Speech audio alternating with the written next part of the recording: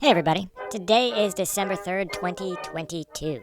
And because the Z virus hasn't overtaken any country, and WW3 hasn't been started by any stray missiles fired into Poland, I think you know what that means.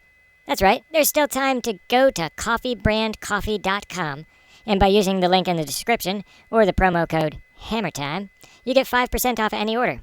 And yeah, there's still time before Christmas. There's a few days, I'm sure.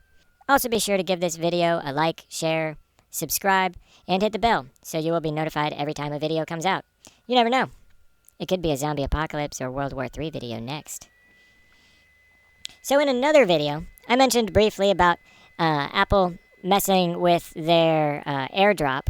On December 1st, the apple of China's eye, Tim Cook toes the Beijing line and refuses to condemn the violent suppression of anti-lockdown protests, or say whether he sympathizes with beaten iPhone factory workers during Capitol Hill meeting.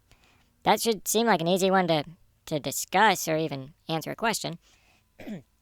And rather than reading the entire article, I'll give you these little the bullet points from the article because they're just going to repeat it twice more down below. And there's some weird images on the right-hand side that I don't really want to feature, so I'm not gonna. Apple CEO Tim Cook was questioned about ongoing protests in China as he arrived for meetings with lawmakers on Capitol Hill in Washington, D.C. He was asked if he regretted allegedly restricting airdrop access in the country, but Cook remained silent, refusing to answer any questions. Earlier this week, the White House was accused of double standards as a senior spokesman deflected questions about Apple bowing to Winnie the Pooh land authorities. The tech giant also caught heat for a new update that limits the reach of Apple products' airdrop feature, which is only in Winnie the Pooh land. It was being used in the current protest to spread anti-lockdown measures. Republican Senator Josh Hawley wrote a letter to CEO Tim Cook demanding more insight into Apple's actions regarding the China software update. And of course, he hasn't gotten any answer back, I can almost guarantee you.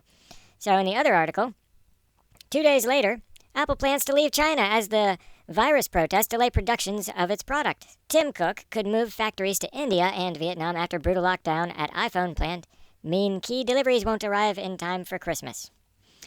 Apple has accelerated plans to move its production out of Winnie the Pooh land, where iPhone City is located, in recent weeks. So in a few weeks, they're gonna not be in Winnie the Pooh land. The virus protests and wage disputes have broken out in the city, leaving Apple's busiest time of the year in shambles with production and delivery delays.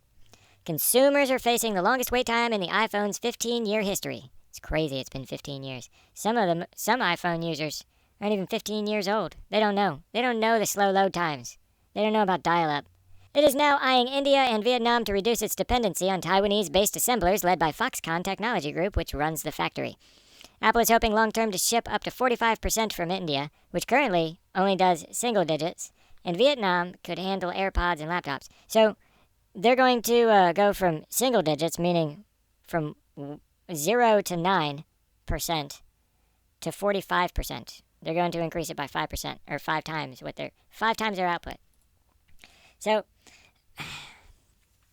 Disney had a live-action Mulan, and in the credits they thanked the local prison internment camp guards for their assistance, because they filmed this in Winnie the Pooh land. Apple was okay with it. China has increased its coal production, and Greta hasn't said anything about China or Apple, and I bet you she has an iPhone. But what I was just thinking is, who could have foreseen something like this happening? A company that operates similar to China. You've got 3 groups protesting unfair treatment, and you try to suppress the protesters' speech with a system-wide update, and that doesn't work, and it causes a delay in production, and then in a draconian move, Apple decides to move the company to another country and are essentially firing the entire Chinese workforce because they protested while being suppressed by Apple. Yeah, I'm done.